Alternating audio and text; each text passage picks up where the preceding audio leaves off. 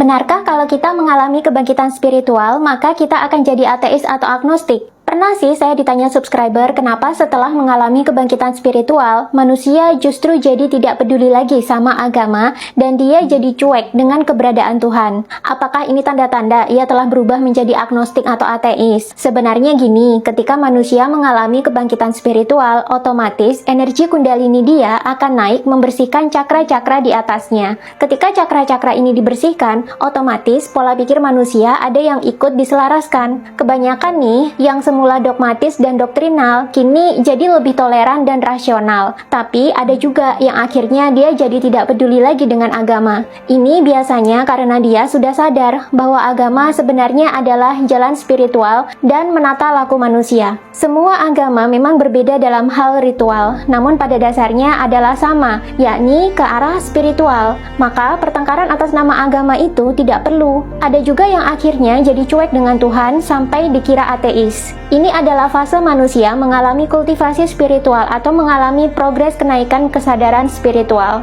Dulu, sebelum kebangkitan spiritual, manusia memang suka menggantungkan apa-apa kepada Tuhan tanpa mereka sadari. Kini, setelah mereka mulai sadar, kepercayaan dirinya meningkat. Setiap ada tantangan atau masalah, mereka memilih untuk mencari solusinya di dalam diri, alih-alih malah curhat panjang lebar ke Tuhan. Ini terjadi secara otomatis dan bawah sadar kok. Manusia jadi makin percaya dengan dirinya sendiri, mau apa-apa dia tanya dirinya sendiri, ada masalah dia cari solusinya di dalam diri, dan lebih jarang meminta kepada Tuhan. Karena di fase ini, manusia sedang berada di tahap menyadari diri sejatinya. Diri sejati adalah kesadaran atau sukma, atman atau ruh kita. Dan kesadaran itu sendiri adalah percikan cahaya Tuhan dalam diri. Jadi secara bawah sadar, manusia tak lagi mencari solusi kepada Tuhan yang di luar diri, melainkan mulai mencari solusi kepada Tuhan yang sudah ada di dalam dirinya sendiri, yakni diri sejati atau kesadaran itu tadi.